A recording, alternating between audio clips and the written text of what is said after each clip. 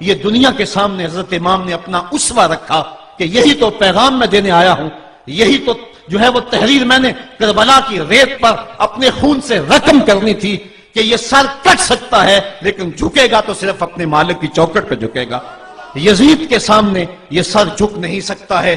تو حضرت امام حمام رضی اللہ تعالیٰ عنہ نے کربلا کے تپتے ہوئے ریگزار میں جب 72-73 لاشیں خیموں کے سامنے پڑے تھے اور اتنے زخم کلیجے پہ تھے، راوی کہتا ہے کہ جب آپ کی قمیض اتاری گئی تو 113 سوراخ اس میں تیروں کے تھے، 33 زخم نیزوں کے تھے، 34 گھاؤ تلواروں کے تھے، اتنے زخم جسم کے اندر اور جسم چور ہے زخموں سے۔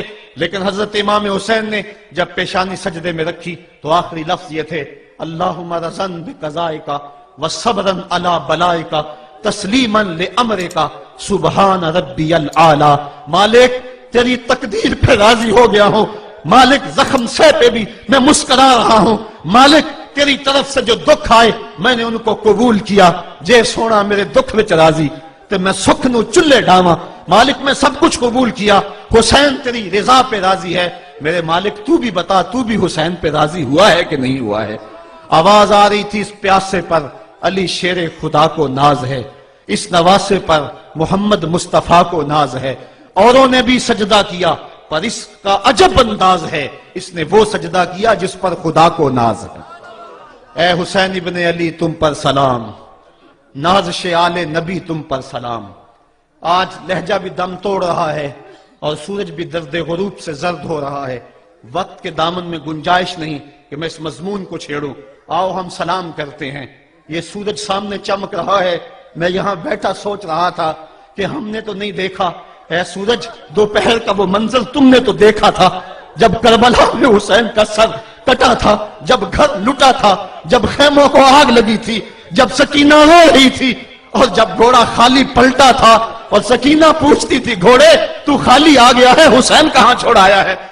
آج یہ سورج یہ چمک چمک کے وہ ہمیں کہانی سنا رہا ہے اور ہمیں پیغام دے رہا ہے کہ نبی کے نام پہ حسین نے تو سر کٹا دیا، آج تم کہتے ہو دین پہ چلنا بڑا مشکل ہے، تم شور ڈال رہے ہو، جن کے لیے مسجدوں میں قالین بچھے ہوئے ہیں، گرم پانی دستیاب ہے اور ان کے لیے مسجدوں میں آسائشیں موجود ہیں، اور پھر بھی وہ کہتے ہیں دین پہ چلنا بڑا مشکل ہے۔ ذرا دیکھو حسین ابن علی کو، سجدے میں سر رکھ کے، پیشانی رب کے حضور رکھ کے حسین ابن علی کہہ رہے ہیں مالک میں سر کٹا کے بھی تیرے حضور حاضر ہوں اور تجھ پہ راضی ہوں، تو بھی بتا کہ تو بھی حسین پہ راضی ہے یا نہیں ہے۔ اے حسین ابن علی تم پر سلام، نازش آل نبی تم پر سلام، تم پہ لاکھوں رحمتیں لاکھوں سلام، اے شہیدان محبت کے امام، لالا گوں لالا بدن لالا چمن، اے چمن اندر چمن اندر چمن، زندگی ہی زندگی تیری حیات، اے حیات اندر حیات، افتخار ملت بیضا ہے تو، رب کعبہ کی قسم یکتا ہے تو، فخر کا دل میں دریچہ باز کرنا چاہیے، جن کا تو آقا ہے ان کو ناز کرنا چاہیے۔ آج ہم ناز کرتے ہیں حسین ابن علی پہ، ہم آ حسین والے نہیں ہیں، ہم واہ حسین والے ہیں۔ واہ حسین تیری عظمت کو سلام، اتنے زخم کلیجے پہ ہو تو کھڑا نہیں ہوا جاتا، لیکن جبر کے خلاف کتنی قوت سے کھڑا ہے۔ حسین ابن علی نے اپنا نمونہ لوگوں کے سامنے رکھنا تھا، تو اقبال کہتا ہے سرخ رو عشق غیور از خون او، شوخی این مصرع از مضمون او۔ یزید مٹ گیا، یزید کا نام مٹ گیا، اس کا تشخص مٹ گیا، حسین کل بھی زندہ تھا، حسین آج بھی زندہ ہے۔ مرتا تو وہ ہے جس کی فکر مر جائے، مرتا تو وہ ہے جس کا نسب العین مر جائے، مرتا تو وہ ہے جس کا مشن ختم ہو جائے۔ حسین کا نسب العین زندہ، حسین کی فکر زندہ، حسین کا مشن زندہ، حسین زندہ، حسین کا نانا بھی زندہ۔ آج بھی ہزاروں کروڑوں اربوں انسان حسین کا نام لے کے جی رہے ہیں۔ میں کہتا ہوں اگر کوئی یزید کا نام بھی لیتا ہے تو وہ سر جھکا کے دیتا ہے۔ کیسا تمہارا لیڈر ہے جس کا نام لیتے ہوئے بھی تمہیں شرم آتی ہے؟ نام لینے سے پہلے سر جھکاتے ہو، نام لیتے ہوئے پسینہ پسینہ ہوتے ہو، نام لینے کے بعد منہ چھپا لیتے ہو۔ تمہیں اپنے قائد اور اپنے لیڈر کا نام لیتے بھی شرم آتی ہے، اور جب ہمارے لبوں پہ نام حسین آتا ہے ہمارا قد اونچا ہو جاتا ہے، ہمارا سر فخر سے بلند ہو جاتا ہے۔ فخر کا دل میں دریچہ باز کرنا چاہیے، جن کا تو آقا ہے ان کو ناز کرنا چاہیے۔ تو حسین ابن علی نے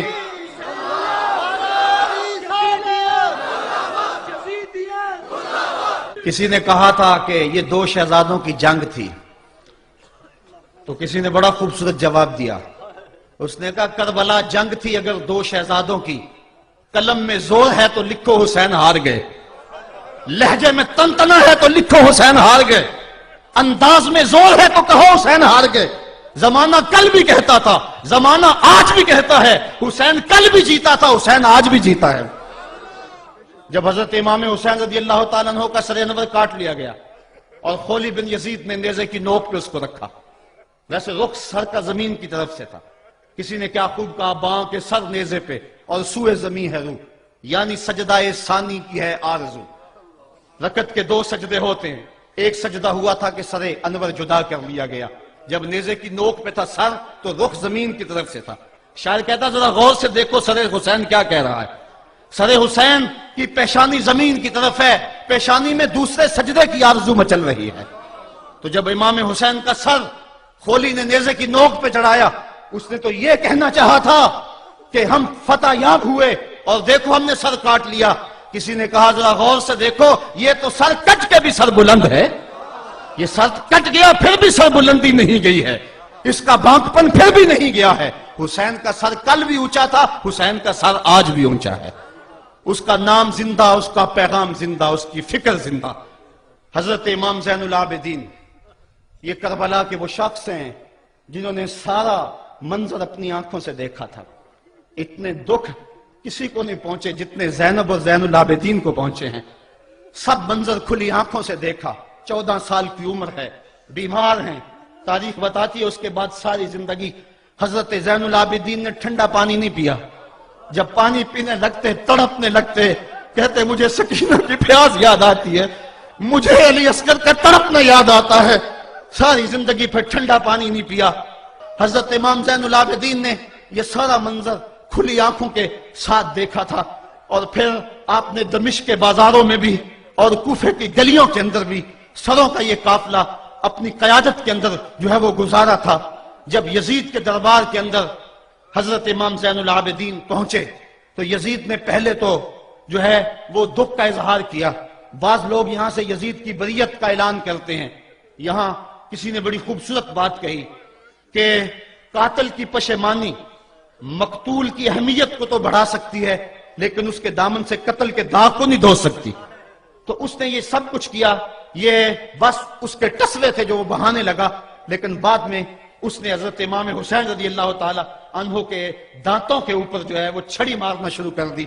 تو حضرت ابو برزہ اسلمی صحابی رسول وہاں موجود تھے، وہ کھڑے ہو گئے، اٹھ گئے، بدن کانپتا ہے ان کا. کہنے لگے ظالم ارفع قدیبہ کا، یہاں اپنی چھڑی ہٹا لے. میں نے اپنی ان آنکھوں سے دیکھا ہے کہ کان رسول اللہ صلی اللہ علیہ وسلم یلسمہ، حضور نے ان ہونٹوں کو خود چوما ہے. تو یہ کہہ کہ آپ دربار سے نکل گئے اور روتے تھے اور آپ کے بدن پہ کپکی بھی تاری تھی.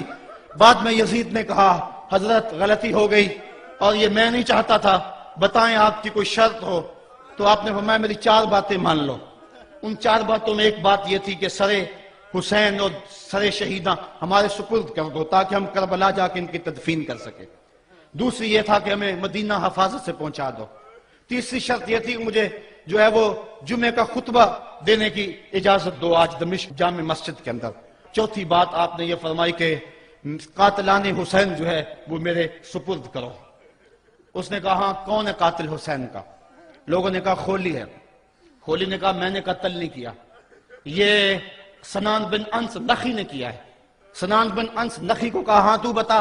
کہنے لگا میں قتل کیوں کرنا تھا، یہ تو شمر ذی الجوشن نے کیا ہے. شمر ذی الجوشن کو کہا تو بتا.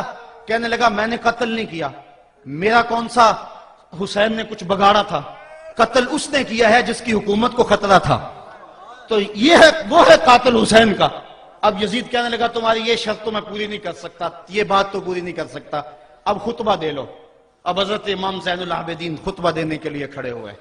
خطابت تو اس گھر کی لونڈی ہے، جب یہ بولتے ہیں تو حکمت کے موتی دولتے ہیں. جو ہی امام زین العابدین کھڑے ہوئے، 14 سال عمر ہے اور دمشق کی جامع مسجد ہے. یزید بھی بیٹھا تھا، یان سلطنت بھی تھے، عوام کا بھی ہجوم تھا. جب آپ نے خطبہ شروع کیا لوگ زار و قطار رونے لگے اور آپ نے اہل بیت کے مناقب جب لوگوں کے سامنے رکھے تو یزید گھبرا گیا کہ کہیں لوگ میرے گریبان تک نہ پہنچے. اس نے مؤذن کو اشارہ کیا جلدی جلدی اذان پڑھو. تو جب اس نے کہا اللہ اکبر تو حضرت شہزادہ زین العابدین نے کہا کہ اس کے اندر کوئی شک نہیں کہ اللہ سب سے بڑا ہے. جب شہادتین کا کہا اشہد ان لا الہ الا اللہ، حضرت امام زین العابدین نے اس کے جواب کے اندر کہا ہاں اللہ کے علاوہ کوئی معبود نہیں ہے، اس کی گواہی ہم نے خون سے دی ہے، ہم نے اپنے لہو سے دی ہے اس کی گواہی. اور پھر اس کے بعد جب اشہد ان محمد رسول اللہ پہ لفظ آئے تو حضرت امام زین العابدین نے کہا یزید دیکھ اب اذان کے اندر تیرے نانے کا نام ہے یا میرے نانے کا نام ہے؟ آج بھی منبر پہ میرے نانے کا نام ہے.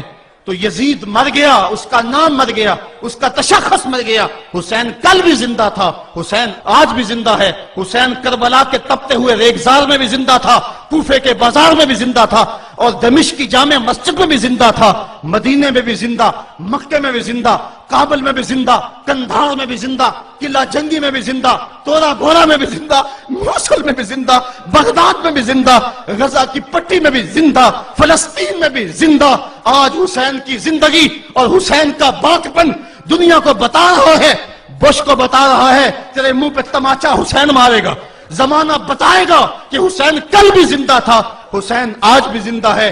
حسین کی فکر لے کے اٹھو اور پوری دنیا پہ چھا جاؤ اور زمانے کو بتاؤ کہ ہم حسین ابن علی کے سپاہی ہیں. صرف محرم کے دن آنسو بہا لینے سے کچھ نہیں ہوگا. کیا صرف محرم حسین کا مہینہ ہے؟ نہیں، پورا سال حسین کا ہے، پوری زندگی حسین کی ہے، پورے زمانے حسین کے ہیں. یہ صرف عاشور کا دن یا عاشور کی شب ہی حسین کی نہیں، سارے زمانے حسین کے ہیں. کل بھی حسین کا تھا، آج بھی حسین کا ہے، کل بھی حسین کا ہوگا. آؤ اٹھیں، قرآن کو لے کر کے حسین ابن علی نیزے کی نوک پر بھی چڑھ کے قرآن سنایا، اور آج ہم اسی قرآن کی دعوت کو لے کر کے اٹھیں اور حسین ابن علی کے پیغام کو